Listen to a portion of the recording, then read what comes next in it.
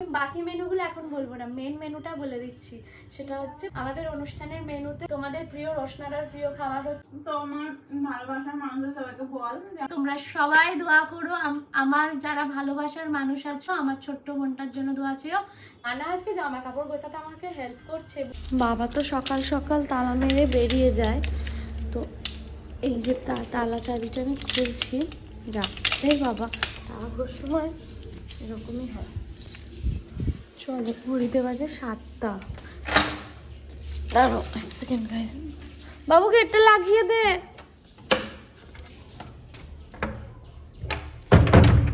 আসসালামু আলাইকুম গাইস, কেমন আছো সবাই? আশা করছি সবাই অনেক ভালো আছো, সুস্থ আছো। আলহামদুলিল্লাহ আমরাও ভালো আছি, সুস্থ আছি। সকাল সকাল মিস্টার খান বলছে রেডি হও, বেরোবো। আমি আসছি বলছে, আর আমি একটা চোখের পলক ফেলেছি, সত্যি সত্যি গাড়ির সামনে চলে এসছে।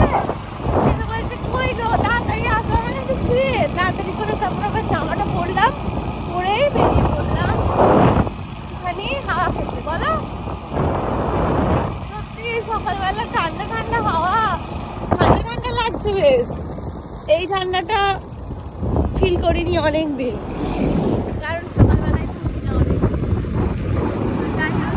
বেরোলাম ভালো, তোমাদের সাথে শেয়ারও করে দিই। চলো গাইস, রাস্তায় আখের রস দেখতে পেয়েছি, বললো চলো খাওয়া যাক। এটা খেতে আমার অনেক ভালোই লাগে জানো, আগেকার মতো পিওর হয় না গো। এইটা খেয়ে দেখুন, এটা নুন, ওইটা নুন হলো। এটা খেয়ে দেখুন তারপরে বলবেন।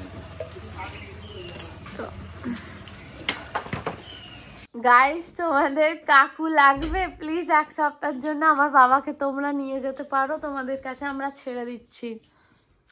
কারণ আমার বাবাটা আমাকে আজকাল বড্ড বেশি জ্বালাচ্ছে, তাই আমি এক মাসের জন্য রেখে আসবো। আমি 1 মাস 1.5 মাস পর চলে যাবো, তো আমার বাবাকে নিয়ে আসবো। ঠিক আছে তো? রাজি তো? হ্যাঁ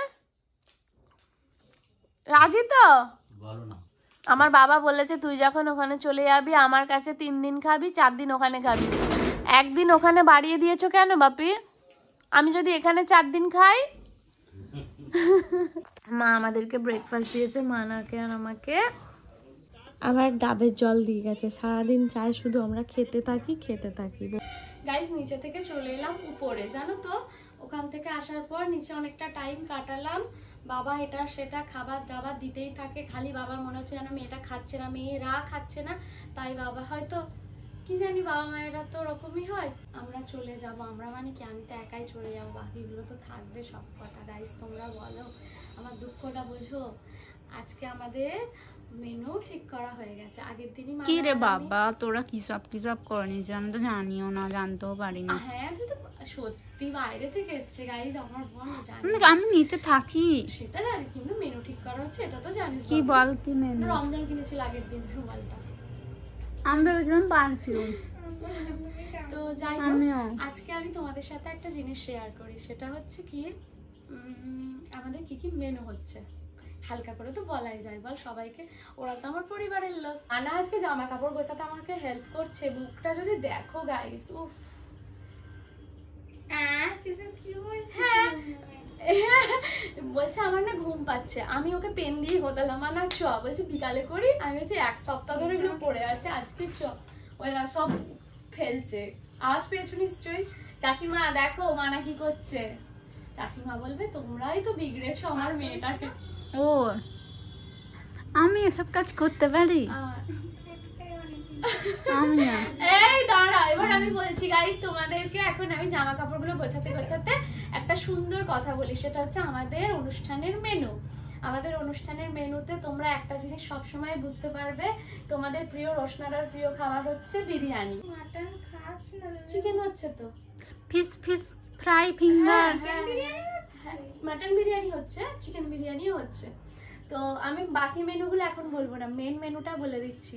সেটা হচ্ছে বিরিয়ানি আর মাটন বিরিয়ানি হচ্ছে। কিন্তু বাবা মায়ের বক্তব্য যে মেয়েরা তো মাটন খায় না, তো আমার খুব ইচ্ছে ছিল আমার বিয়ের সময় আমার বাবা আলাদা করে চিকেন বিরিয়ানি, বাবার বরাবরই ইচ্ছে ছিল মাটন বিরিয়ানি করে। আমাদের পাঁচজনের সময় গাইস প্রচুর আইটেমস হয়েছিল, সব থেকে বড় কথা প্রচুর নষ্ট হয়েছিল। যা লোকজন এসেছিল তারা ঠিকঠাক করে খেয়েছিল কিনা আমি জানি না, আর আমরা নিজেরা বাড়ির লোকগুলো কেউ কিচ্ছু খেতে পারিনি। ওই দিন হয় না, নিজেদের বাড়ির লোকেদের খাওয়া হয় না, কিন্তু এত বেশি নষ্ট হয়েছিল না। তো যাই হোক সবকিছু নিয়ে কিন্তু রান্না অনেক সুন্দর, অনেক সুন্দর, সবাই বলেছিল অনেক সুন্দর হয়েছিল আর অনেক আইটেমস হয়েছিল। তো আলহামদুলিল্লাহ সবার দোয়া ভালোবাসায় এবারেও হবে, কিন্তু ওইবারের মতো অত না, মানে ভালো একটা সুন্দর বিয়ে বাড়িতে যেরকম মেনু হয় সেরকম। তো মাটন থাকছে আর কি, তো মাটন বিরিয়ানি হবে, আমার যা ওইদিকে আমাদের জন্য চিকেন বিরিয়ানি হবে, বোনের আর আমার জন্য স্পেশালি। কার্ড হয়ে গেল, কার্ডগুলো শুধু আনতে যেতে হবে। আজকে মেনু ঠিক করা হয়ে গেল, তোমরা এখন শুধু জানতে চাইছো ডেট, সেটা এখন বলবো না কারণ এখন একটু দেরি আছে।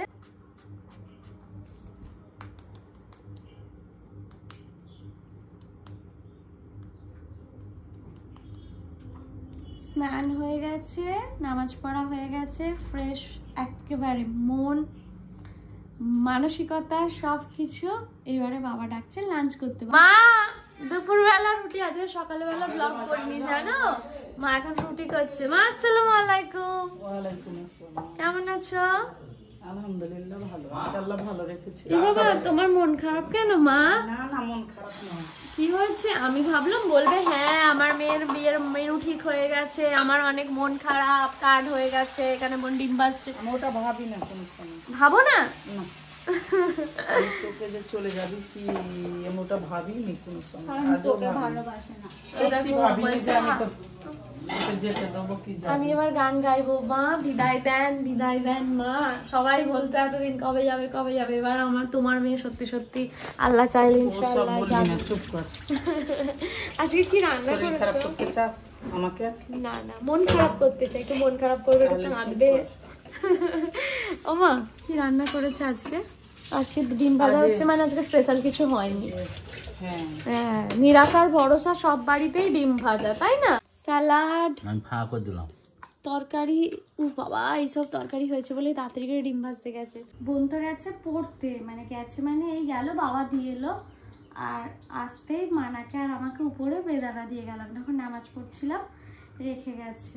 সত্যি বাবা মায়েরা এত বেশি কেয়ার করে, এত বেশি ভালোবাসে।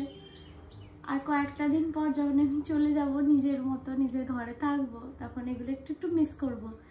তবে একটা সত্যি কথা কি বলতো গাইস, যতই আমি মিস করি, আমি কেন আমরা সবাই প্রতিটা মেয়ে মিস করি, কিন্তু তারপরেও বিয়ের পরে না কোথাও গিয়ে একটা শ্বশুর বাড়ি বলো বা সব থেকে ভালো হয় নিজের বাড়ি, যেটা যেটা আলহামদুলিল্লাহ তোমাদের দোয়া সাপোর্ট আর ভালোবাসা আমাদের নিজেদের বাড়ি। তো বিয়ের পরে বরের সাথে থাকাটাই হচ্ছে বেস্ট, সবচেয়ে সম্মানের, সবচেয়ে আনন্দের। পৃথিবীর তুমি যতই রাজপ্রাসাদে থাকো, যেখানেই থাকো না কেন, বিয়ের পরে স্বামীর সাথে থাকার মতো শান্তি আর কোথাও নেই, কিছুতে নেই, তাই না বলো? যখন রমজান কিছুক্ষণের জন্যই আসে তখনই আমার ও চলে গেলে খুব মন খারাপ হয়ে যায়। তো অনেকগুলো দিন অনেকগুলো বছর আমরা ওয়েট করেছি সামনে যে দিনগুলো আসছে সেগুলোর জন্য। তোমরা অনেক দোয়া করো, ভালোবাসা দাও। আজকে মা পর্দাগুলো প্রতিটা ঘরে আটকাচ্ছে, জানো তো? পর্দা আটকালে একটা অন্যরকমই দেখতে লাগে, কেন কি জানি আমাদের আলসেমি হোক বা যে কোনো কারণেই হোক আটকানো হয়নি এতগুলো দিন। তো এইবারে উদ্যোগ নিয়েছে মা, সত্যি সত্যি লাগানো হচ্ছে। মা বেটি কত কষ্ট করে বইতে খুবই কষ্ট হয় গো গাইস। এই যে মা আবার আটকাবে, কেমন দেখতে লাগবে দাঁড়াও দেখাচ্ছে। জানালা নতুন, ড্রেস পরেছে, কেমন লাগছে? মা জিজ্ঞাসা করো সবাইকে কেমন লাগছে, কমেন্ট করে জানাতে বলো। এত কষ্ট। তোমরা সবাই আমার পর্দাগুলো দেখে কমেন্ট করে বলো কেমন হয়েছে, আমি খুশি হব, ভালো না খারাপ। একদম মানে দু মামে অনেক শখ করে করে গিয়ে গেটের নিচের ওপরে সব পর্দা আমরা দু মামে গিয়ে গিয়ে পছন্দ করে করে নিয়ে আসি। আচ্ছা আবার এইগুলো রয়েছে, এই জানালাটাও কভার পরে নিল, মানে পোশাক পরে নিল। চলো তোমাদেরকে আমি দেখিয়ে আসি। তোরা জামাই নিয়ে গল্প করবি, আলো আলো তখন ভাল লাগবে, ওই জন্য অন্ধকার করে দিলাম তোদের জন্য। কালারটা একটু এপাশ ওপাশ, কিন্তু খারাপ লাগছে না, ভালোই লাগছে। সব পর্দা লাগানো হয়ে গেছে, তো পরে ড্রেস ইমোশনাল হয়ে আছে। আমি বলছি কি রে বাবু, কেন কেন ইমোশনাল হয়ে আছিস? আজকে আমাদের লাস্ট পড়া ছিল, আচ্ছা ও পড়ে টরে এসছে বলে ওর মুখটা বিধ্বস্ত হয়ে আছে, তোর ফোন না, ওই জন্য ও এদিকে ফিরে আছে। পড়া ছিল আর কখনো ওখানে যেতে পারবো না, ম্যামের সেই বকা, সেই আমাদের আড্ডা গল্প। ম্যাম যেমন স্ট্রিক্ট ম্যাম তেমনই ফ্রেন্ডের মতো। কাঁদছিলি নাকি বেরোনোর সময়? না, কিন্তু এখন কষ্ট হচ্ছে। আমার স্কুলে যেদিন ফেয়ারওয়েল দিয়েছিল এত কষ্ট হয়নি, খুব কষ্ট হচ্ছে। ওখানে শুধু অনেক স্মৃতি, 3 বছর ধরে পড়ি। কি করা যাবে, এটাই তো, তোরা ছাড়বি নতুনরা সুযোগ পাবে। ঠিক আছে ম্যামের সাথে দেখা করে আসবি। হ্যাঁ ওই পরিবেশটা খুব ভালো ছিল তোদের জন্য, তো হোক হতো। হ্যাঁ এরকম একটা করে পরিবেশ প্রতিটা স্টুডেন্টের থাকে, প্রত্যেককে ছেড়ে বেরোতে হয় জানিস তো। ওখানটা কিন্তু ওরকম ছাবড়াপোনা ছাপড়িপোনা না, যেমন ম্যাম মানে ওই জায়গাটা যেমন স্ট্রিক্ট তেমনই আনন্দও হতো। ঠিক আছে, এখন সামনে পরীক্ষা, 2 দিন বাকি, যাই হোক আর 3 দিন বাকি। বোন যাওয়ার সময় আমি ওকে টাকা দিয়েছিলাম, বাবু কিছু আনবি, তুই বলেছিলি যা ফিরবে টাকা তোর। হ্যাঁ তো কিচ্ছু ফিরিয়ে আনেনি। দাঁড়াও আছে কি আছে, এখানে 2টো কেক এনেছে, ওদের 2 বোনের চকলেট। এই দেখো আমার জন্য বোন ফেরত এনেছে, 100 টাকা দিয়েছিলাম 1 টাকা ফেরত এনেছে, বুঝতে পারছো? 1 টাকাটারও কিছু আনতে পারতিস। ও কিছু তো পাওয়া যায় না এখন, মনে হয় 1 টাকায় কিছুই পাওয়া যায় না।